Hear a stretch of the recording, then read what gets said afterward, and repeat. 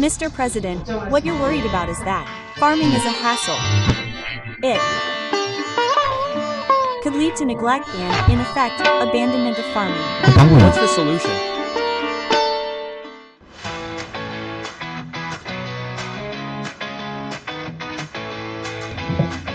Shouldn't we also clarify to farmers what constitutes Yongdong Yongsheng solar power and what constitutes regular solar power? After the Seonho business period ends, it becomes a transparent type. Yes. There's an additional investment type, but the Transparent type is double closed, so it never breaks. Farmland must be preserved. Finally, I believe that only agricultural solar power can provide that pension. In a way, this is worthwhile. Only when this is resolved can the renewable energy on Earth be activated. So, I conducted a pilot project on solar power and, after trying it out, I realized this is something we must do. Thanks to our chairman, I was able to tour the Yongsheng solar power site.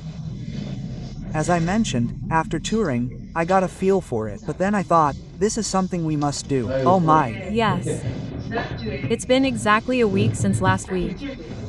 Last week, we held a discussion with the president on regulatory rationalization. In our field, there was a discussion on agricultural solar power. Some of you may have seen it, and our Secretary General was also present. There are many advantages to agricultural solar power, such as its ability to increase farm income and expand renewable energy to rural areas, so there's a lot of interest. And our president is concerned about what will happen if this, so to speak, devolves into farming. What will we do about it? He's also interested in this. Furthermore, in our agricultural sector, half of our farmers are tenant farmers. So, the situation is a little different for landlords and tenant farmers.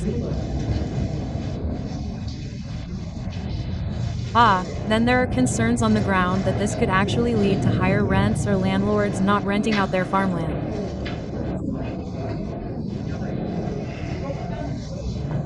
And on the other hand, we pushed for this before.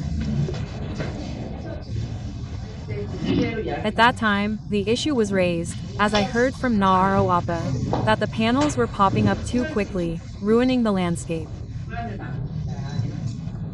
There were also concerns that focusing solely on sunlight farming could lead to neglect of agriculture, which could have negative consequences for food security.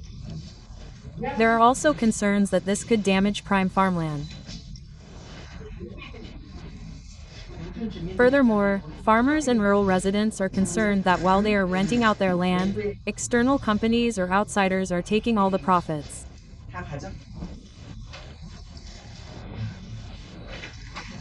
So, with many concerns, we're struggling to figure out how to leverage the advantages of agricultural solar power while minimizing its side effects. Therefore, we must adhere to a set of principles. Food security is our top priority. Next, we must prevent overdevelopment. And we must internalize the profits so that they can be shared by our rural residents and farmers. We intend to adhere to these three principles.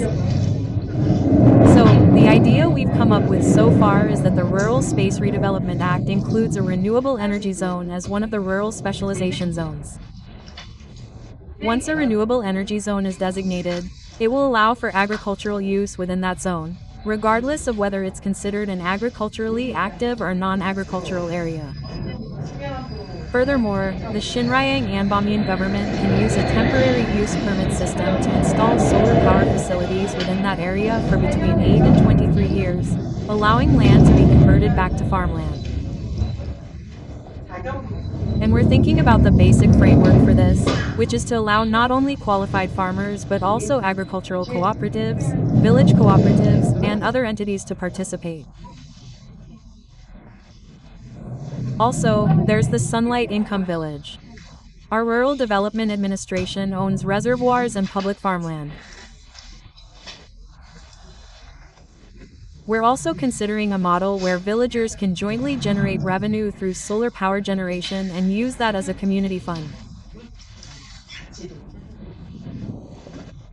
For the Sunlight Income Village, we're planning to expand to 500 locations within our government.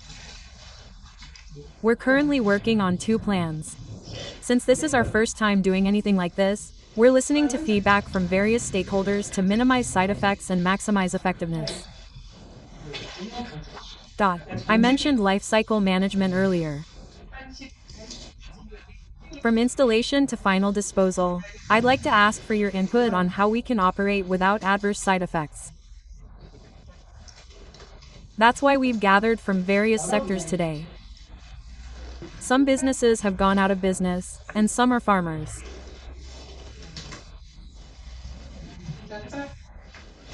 So, if you, our rural leaders, can come and share your opinions from various sectors, we can quickly institutionalize this and even launch pilot projects.